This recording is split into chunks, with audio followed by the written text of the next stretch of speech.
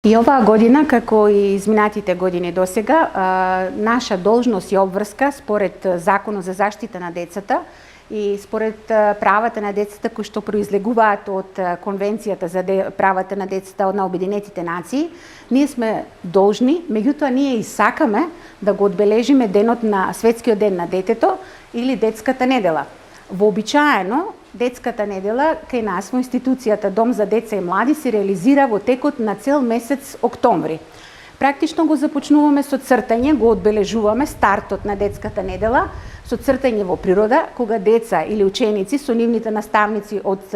цела општина Струмица доаѓаат и цртаат тука во паркот пред домот на Арама, каде што е сместена нашата институција, цртаат на хамер, на зададена тема од Сојузот за грижи, меѓутоа оваа година тоа беше неизводливо поради пандемијата и решивме да тие активности кои што од цртањето потоа продолжуваат со најубав чин, свечен прием на првачињата, давањето на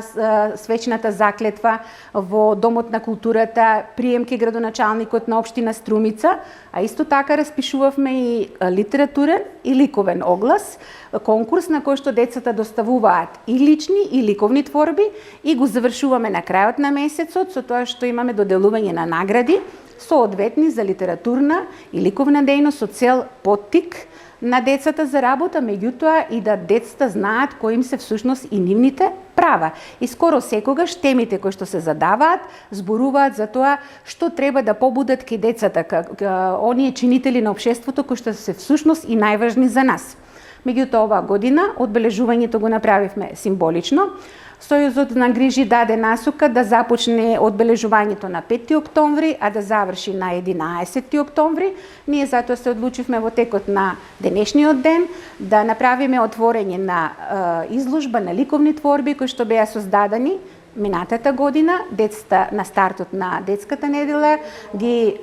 цртаа, ги твореа тука, точно во паркот, и сега на тој начин со отворањето на таа изложба, меѓутоа со возрастна публика, не со деца, да може да направиме едно символично одбележување и да покажеме дека сега, во моментот и секогаш, децата ќе бидат основна клетка на општеството, на кој што мора да им дадеме посебен аспект.